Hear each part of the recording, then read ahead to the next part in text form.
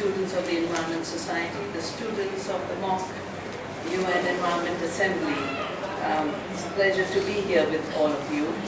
My apologies that it didn't work for 5 years.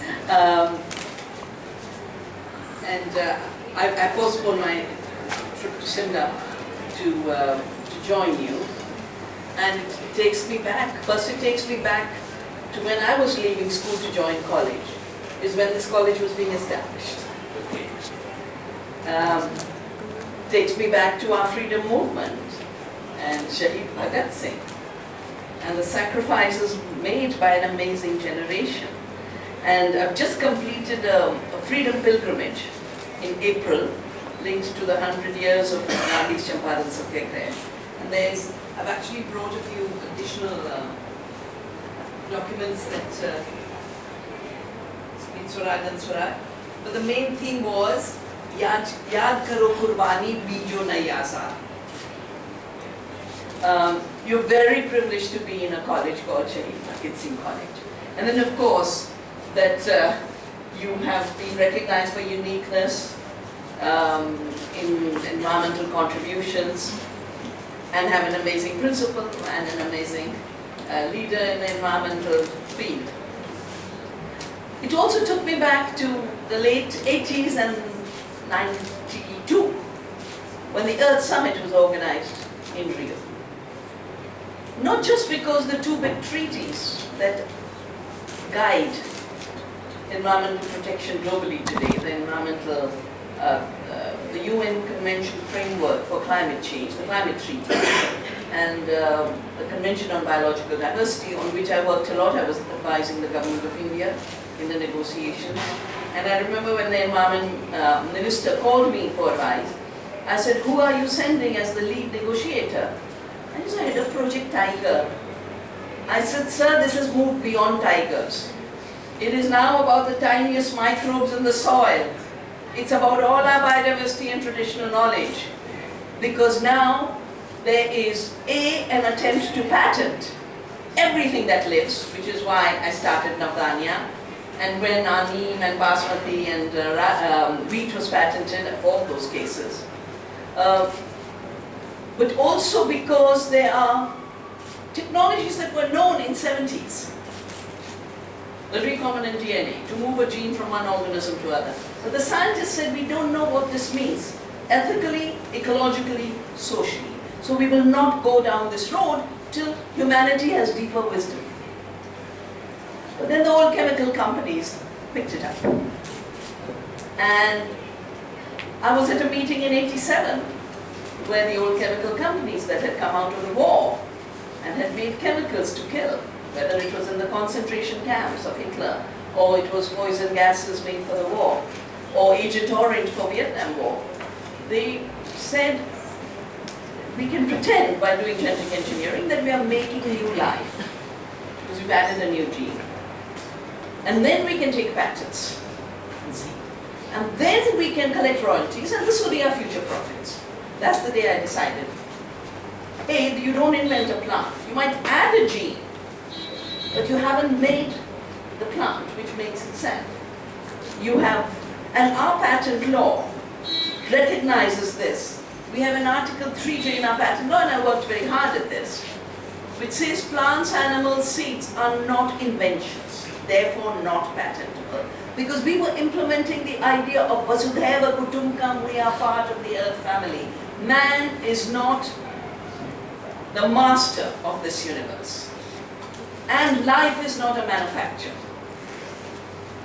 Life is the expression of the amazing potential that this planet has. It was mentioned briefly that I did my PhD in quantum theory. And my thesis was on non-locality and non-separability. So even in quantum theory, we know everything is related. In ecology, we know everything is related. And to pretend you can separate, I think is the worst blindness we can do. There was a quotation made, I don't know at what point, by you when you said the UN representative said the first generation to remove poverty, the last generation to save the planet. I was just reading a report of Stephen Hawking saying, it's the last century we have on this planet, then we go extinct, or we can escape to another planet. And so I wrote a piece. I said, no, it is the last century for us to wake up and live as members of this earth. To be members of the earth family. And extinction is not inevitable, and escape is not possible or desirable because life is only on this planet. That's why it's called Gaia. And I think it's a bit silly to keep looking for water on Mars, when we should be protecting water here. It's even sillier to pay millions for how will we grow food on Mars, when you should be taking care of your food here. So of course Goal 11 is the subject of your assembly, but Goal 11 is deeply linked to every other sustainable development goal, because the earth is linked, we are linked, the city is linked to the countryside. We wanted a stupid civilization when we said the 5 basic elements: the earth, the fire, the water, the air, and space. I think the issue of space, which the West converted to ether, it's not ether. Space is arrangement and structure. And structure makes a difference. I know in architecture now Vastu is coming back as a very fashionable issue. But I did a lot of work on the issue of agriculture. And you might remember, do you remember the mad cow disease? That first made cows mad and then gave humans GGD, and then they died. 12 people died in England. Then they woke up and they found 3 things.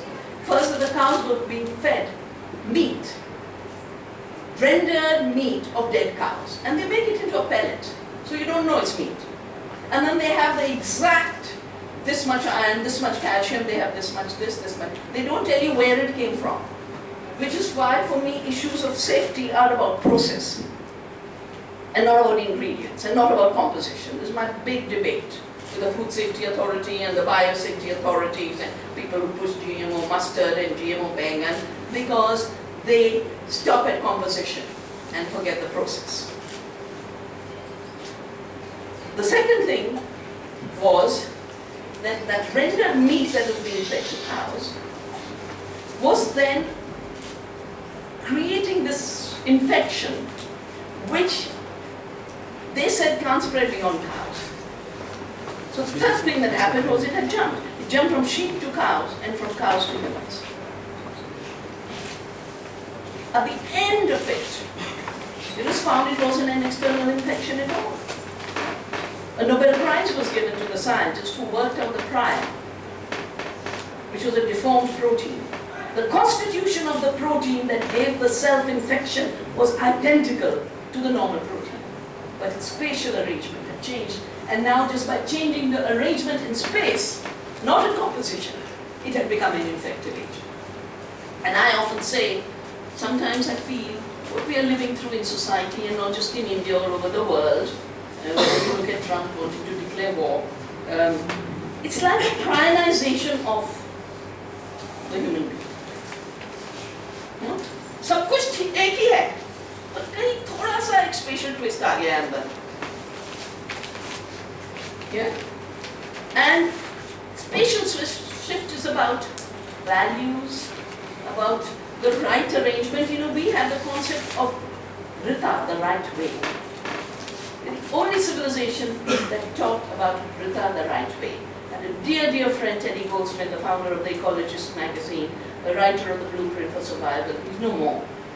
But he wrote a book, that fact, called The Way, only derived from Rita. Ritu, the weather and climate, is derived from Rita. And the right action and the right climate pattern are interrelated. Because what we do affects the way the climate behaves, and that's what climate change is all about. So the metabolism of the planet, the metabolism of the city, the metabolism of each of us as citizens of a city, the 3 basic elements are the air, the water, and the food. The food is a distillation of all other elements. Of the air, the water, of the fire. The fire both in terms of the cosmic, the earth energies, but the fire in our gut. In Ayurveda they call it Agni.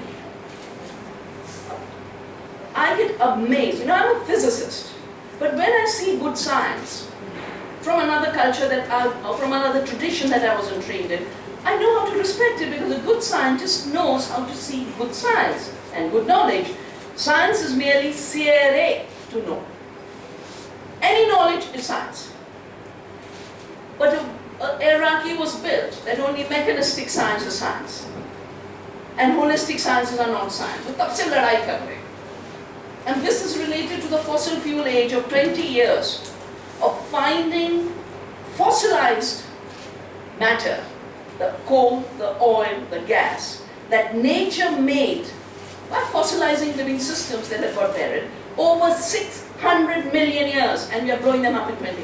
We are blowing up every year 20 million years worth of nature's work. That's why climate change, because we are putting far too many greenhouse gases into the atmosphere. Our young friend there was having a difficulty in breathing, because even though it was not polluted air, it was good air. It was air from sarson, and my mother told me, Diwali में हम सरसों का दिया इसलिए जलाते हैं कि ये प्योरीफाई करता है. इस मौसम में जब मौसम बदल रहा है और नए-नए कीड़े कीटाणु आते हैं, और इसके द्वारा हम atmosphere को साफ करते हैं, but it's still a problem in breathing. Now, I'm not going to go into the details of the automobile issue in cities and the ever-exploding issue of cities. I won't even go too much into the fact that it's assumed that cities are insular. But all you have to do is recognize how Mumbai gets flooded, how Houston, Florida have all been flooded just in the last week. And I keep saying, Amitabh Ghosh has written a book on which I did a review, and I have his sense that climate change is not about what's happening out there, but what's happening in here and in here. And when this has gone wrong, destabilization of the climate is a reflection of wrong thinking, wrong action. And wrong action is breaking the carbon cycle, breaking the nitrogen cycle, breaking the phosphorus cycle, breaking the cycles that keep the climate stable. So on the website of Navdanya, those of you who are interested in the air, the climate, that aspect, just done a new report that was released at a conference based on my book, Soil Not Oil, which is, I think, outside. It's called Seeds of Hope and Seeds of Resilience. How biodiversity and agroecology offer solutions to climate change by growing living carbon. Why did I use the word living carbon? And this is basically the carbon cycle and all it's doing for us, from conserving water in the soil to giving food to the billions of soil organisms. I called it the living carbon cycle because first we had obsession with fossil fuels. And now we don't know, those who don't know life, and sadly most smart people don't know life. Yeah? And they've suddenly started to criminalize carbon. So a new vocabulary has emerged in the climate discussions of decarbonizing the planet. As in Mr. Gates, you'd be a dead man if the carbon was decarbonized, because every blade of grass, every tree, all the food we eat, our bodies, is carbon. The difference is fossilized carbon is dead carbon. What gives us life is living carbon. We need more living carbon and less dependence on the dead carbon. But don't be blind to carbon. Because that's part of what's happening to our minds. We've become mental grasshoppers. Jump issue to issue to issue. And it used to be the case, we talk about the 7 generations. 7 generations to come, we should do the right action. फिर हुआ 5 साल, politician बस 5 साल सोचता है. उसके बाद हुआ अरे बस quarterly returns. And Dr. Khurana works on financial management. अब तो 1 second transactions में पैसा बन रहा है. The richest investment fund jumped from 3 trillion last year to 4 trillion this year. बिना कुछ काम किए. और गांधी ने कहा था the worst sin is wealth without work. उनके 7 sins थे ना. तो आजकल तो सारा wealth is without work. It's either wealth without work by gambling on a casino, or it's wealth without work by this rapid second base exchange traded transactions, or it's wealth without work by collecting rents on life, which is my dedication in life. No, you cannot take patents on life, you cannot collect rent. ये मेरा रिश्ता मोन्सेंटो के साथ 30 साल से चल रहा है. अभी भी कोर्ट में बार-बार आके वो 3J को तोड़ने की कोशिश करते हैं. या तो सरकार से या किसी से मुझे खबर आ जाती है ऐसा केस शुरू कर दिया है. Then I have to spend all of a week preparing another writ and turn up in court in a totally unplanned way. And they constantly try and define life as a manufacture. Our patent office rejected a Monsanto patent on climate resilient crops. The US patent office in the same year Monsanto was suing a farmer who was buying grain in the market and growing a crop. And Monsanto said, "Ye bhi hamara hai." And he said, "But I bought grain in the market, I didn't buy your seed." And this person called Bauman went local court, to state court, to Supreme Court of US. And at the end of it, the Supreme Court rules, no, this was intellectually property theft because a seed is a self-replicating machine manufactured by Monsanto. And no matter how many generations down the line it is, even as great it is Monsanto's. So when they take a patent on a seed, they're not just taking a patent on that seed. They're taking a patent on all the generations to come to collect royalties, which is the criminalization, which for me is an ethical outrage. Absolutely unacceptable. And I'm very happy to say they had said by the year 2000 every seed will be genetically modified, every seed will be patented, every farmer will be buying their seed every season. 4 crops, 4 pathetic crops: corn, soya, canola, cotton. 7 countries. And wherever they've grown it, it's failing. The BT cotton is failing in India, huge amounts of pests. In the US, half the farms are overtaken with super weeds through a Roundup ready crop which is supposed to control weeds. And our amaranth, abhi navratra shuru ho raha hai, amaranth is a very important grain. That amaranth has become a massive superweed, and the amaranth plants are stored as this room in the fields. No amount of chemical spray is controlling it. So guess what the next step? No, so then they added another herbicide called dicamba, which is now spreading and killing all plants. Then they say, nahi, enough nahi hai. We are going to drive the species to extinction. They actually have, they think they have a new technology, they don't. It's failing. Already it's failing before it's been deployed. They call it gene drives. Pushing species to extinction. And I'm saying all you need to do is bring back balance so you don't have weeds. Pests and weeds are symptoms of an imbalanced agriculture. There is no insect that is a pest in itself.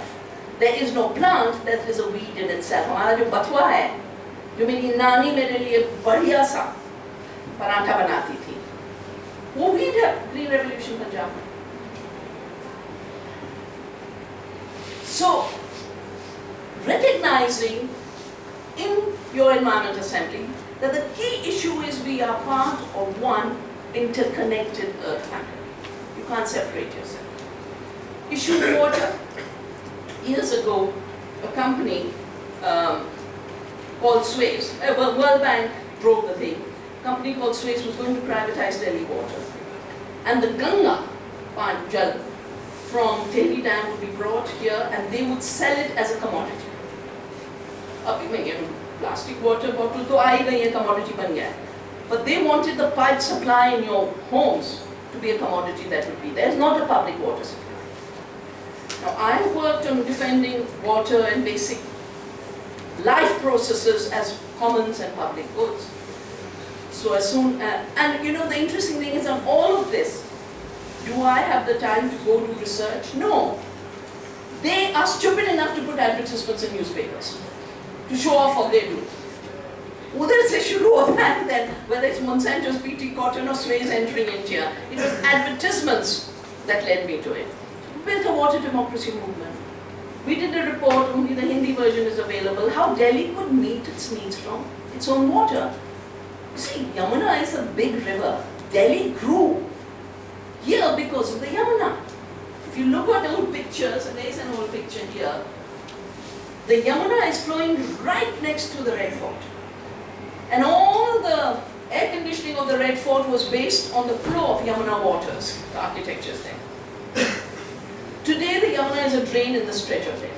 In 22 kilometers, it is carrying 70% of the pollution load. So first we tried to drill, that was banned. Now we're just going further and further and further to get water.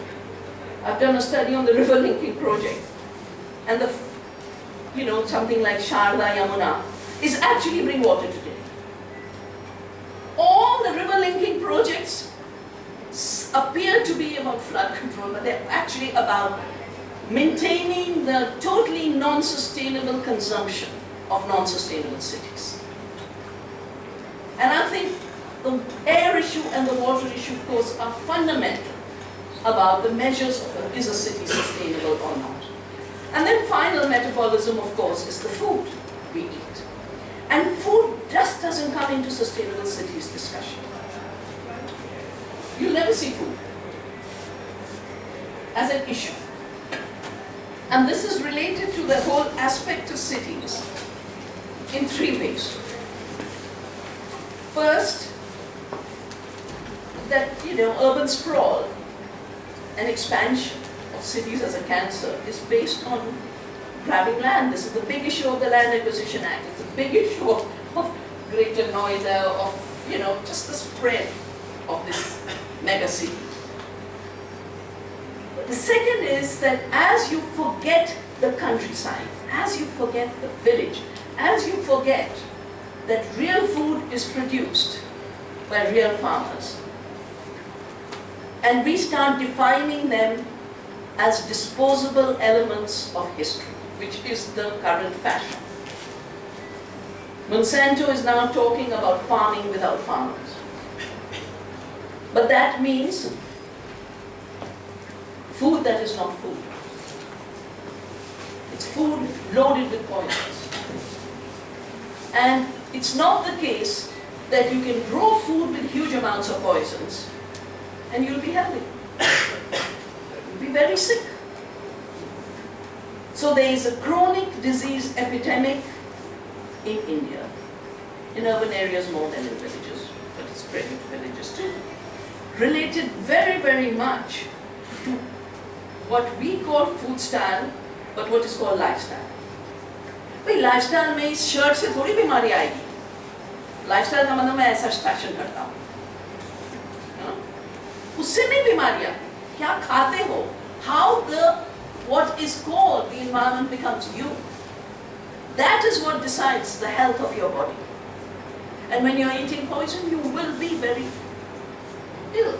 So whether it's cancer, or whether it's diabetes, or it's hypertension, or it's cardiovascular diseases, all of these chronic diseases, which are now an epidemic, and the graph is growing like this, are related to what we eat and what's in the environment. I was addressing the Cancer Society the other day, and they've been told it's all in our gene. As it's 5%, the research showed 5% genes, 5% cancers are inherited cancers based on genes. The rest are the modification of our genes because of environmental aspects.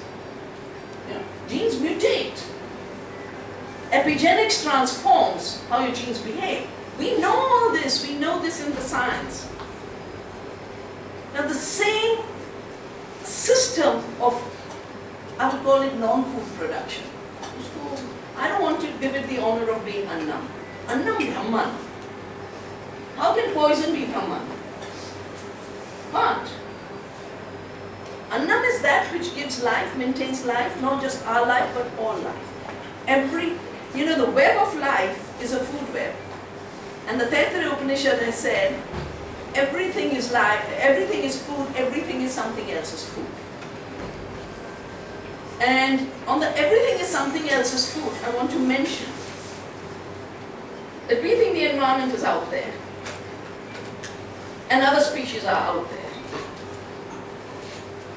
But 90% other species are us. 90% of this amazing body, particularly the intestinal biome, microbiome, is trillions and trillions of microbes and bacteria who are digesting our food, turning it into the enzymes, neurotransmitters, everything that makes this body run. Just finding out. Now, Ayurveda didn't know it in terms of this microbe does that, but it knew it in terms of the process. And therefore it said we must eat 6 tastes for the diversity. Not just because it's tastier, but also because all those diversity of microbes and the diversity of sensors in our gut only work fully when we are eating healthy, poison-free, nutritious food. What is being called food today is nutritionally empty, toxic commodity. Day before I was training the Madhya Pradesh government on the nutrition program. The very important goal of the SDGs called Zero Hunger. You must have seen yesterday. We're talking about fortification. And I want to show you, nutrition begins in the soil. In fact, we've just done a book, Annam, and I hope, Principal Saab, like you have a photography club and other clubs, you'll start an Annam club on conscious eating. So our work is showing a 20-year study we've just done on soils, organic versus chemical. Organic matter has of course gone up. Nitrogen has gone up. It's going down in the chemical soil. But zinc, magnesium, calcium are all going up in the soil. When the soil has nutrition, the plants have nutrition. In the West, food has lost 60% of its nutrients. Because the soil has lost its nutrients. And then you're eating a monoculture, which is even a further shrinkage of nutrition. When your body has lost its gut diversity, further shrinkage of the absorption of nutrition. You know what the latest fashion in intestinal health is in America? Because they're so sick, they've eaten so much junk and they want to export that horrible culture to us. And I want you to be defenders of India's food civilization. Because it's your health, it's that planet's health. So their gut is so dead.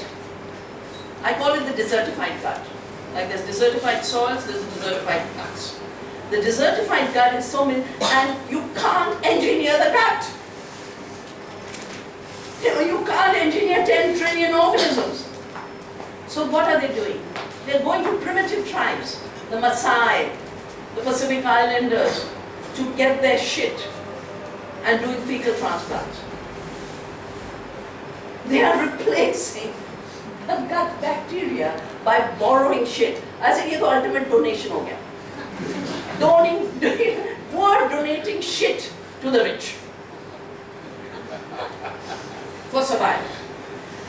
So it isn't just that, and I'm going to leave these books particularly with you all. I want to just show you very briefly. We did a book called Health Per Acre. And we measured the farms that have biodiversity and are organic. And this is on every nutrient. It's more than the chemical. On every nutrient. We weren't growing more nutrition when we started. I was just saving seeds to not have it patented. But it is the biggest source of nutrition. And so the zero hunger goal, we are now linking it to how we do agriculture. Do we grow nutrition or do we kill it? Do we nourish life in the soil, in the plant, in our gut? Or do we have hallucinations? We are inventors of life We'll biofortify and add a little zinc to a nutritionally empty crop. And we'll go one nutrient at a time. बाबा दुनिया खत्म हो जाएगी तब तक, जब तक साहब आप पीरियोडिक टेबल कवर करोगे। और तभी भी आप वहां नहीं पहुंच पाओगे जहां प्रकृति और हमारा collective knowledge, both of ancient systems like Ayurveda, organic farming, as well as the new knowledge that's coming from an interconnected ecological science, which is converging totally. The issue of sustainable cities is very much linked to sustainable villages. And when your health is being destroyed, the farmer's life is being destroyed. I work with farmers. 300,000 have committed suicide. It's all because of debt for these same poisons. Those poisons are killing you through disease. They're killing the farmer through debt. Your disease and the farmer debt is one interconnected whole. And that is why I hope you will create this Annam group. I hope you, as young people, will start to work with us to take a pledge for poison-free food and farming, fossil fuel-free system. 50% of the greenhouse gases are coming from agriculture. I wrote my book, Soil Not Oil, for the Copenhagen negotiations, where agriculture wasn't even being discussed in the climate discussions. I hope you will all be food-smart citizens. We have a whole poster. I'm leaving all these with you. Eat organic, eat safe, eat fresh, eat local, eat fair, eat true. And I hope many of you will volunteer for the big shifts we need to make. And I can tell you, I've done this for 45 years. And there is nothing more joyful than serving the earth, serving society. Because as a byproduct, you get served. When we feed the soil organisms, they feed us as a byproduct. When we serve the earth, it feeds us as a byproduct. That's why the whole issue of the environment is not an extra, it is the very basis. My colleague here, Kavita, has brought the posters and invites for Bhumi. It's on a Sunday. This is an annual festival we do. This year we are talking about listening to the mountains. I have anyway grown in the mountains, so I've listened to the mountains. The women of Chipko listen to the mountains, so I join hands with them. But if you look at every new idea that's coming in this country or the world, it's coming from the mountains. The rights of Mother Earth, the old Vasudhaiva Kutumbakam idea, has come from Peru and Bolivia and Ecuador. In Ecuador, it's in the constitution. The idea that it's gross national happiness that matters, Sarve Bhavantu Sukhina, that matters, not GDP and GNP. Bhutan measures gross national happiness, they'll be there. And there are villages in the Himalaya which have gone totally organic, pesticide free. I didn't realize that I had gone to a village in the Alps and they are today pesticide free. And they'll be coming and we'll be launching a global campaign on a pesticide free world, which means sustainable cities too, where poisons don't flow. Most importantly, Sikkim has gone 100% organic, and the Chief Minister of Sikkim will be there. Because we are talking about having, by the year 2050, 50% of the world should be organic. In our yatra, we took the pledge, Jaivik Bharat 2047, by the time we are 100 years of freedom, we should be free of hunger, free of farmer suicides, free of poisons, free of cities that are not sustainable, free to be